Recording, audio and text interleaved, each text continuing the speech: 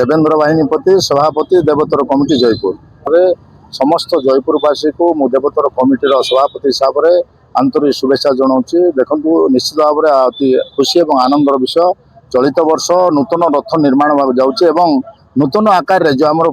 पुरी श्रीक्षेत्र रथ भाया जो चक रही तार चक आकार आमर जो सकड़ चक्र आकार अख रही रथ प्रथम थर पर जयपुर निर्माण होची निश्चित भाव में अति सुंदर भाव में रथ निर्माण आशा रखुचे एवं आमर देखुए आपण जो भाई मैंने महाराणा भाई मैंने लगी पड़ते युद्धकालीन भितर से रथ निर्माण कार्य बर्तमान चली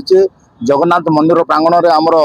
चक कम चलती आमर जो रथ गड़ा रजानगर छक आमर रथ पड़िया रथ आमर अखर काम बर्तमान चली आप देखुं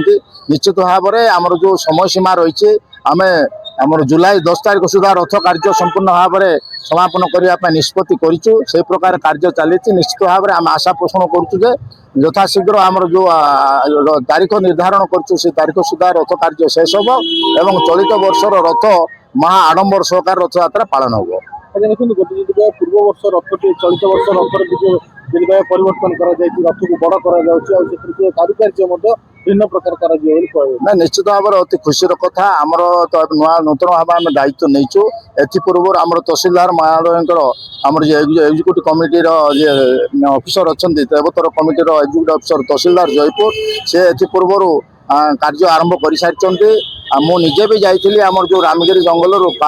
33टा बड़ बड़ गछ सब अणाई गंडी अणाई तन्मध्य रथ निर्माण हम तार पूर्वर काठ रथ चक निर्माण होची निश्चित भाव में पूरी भाया जो भाया आम रथ रही बड़ चक रहित अख रमर जो पुराणा चक गठन प्रकार अलग थिला एबर चकर गठन प्रकार अलग अच्छे निश्चित भाव में रथ सुंदर हम एवं असार हम एवं लंबा हम निश्चित भाव में आम आशा पोषण करुचु एथर चलित वर्ष रथ एवं लोक मानकर इच्छा शक्ति प्रभु जगन्नाथ लीलामय इच्छा निश्चित भाव में चलित वर्ष रथ यात्रा महा आडंबर सहकार पालन हम एवं समस्त जयपुर अंचलवासी निश्चित भाव में चलित वर्ष रथ यात्रा को हर्ष उल्लास पालन करे आशा पोषण कर।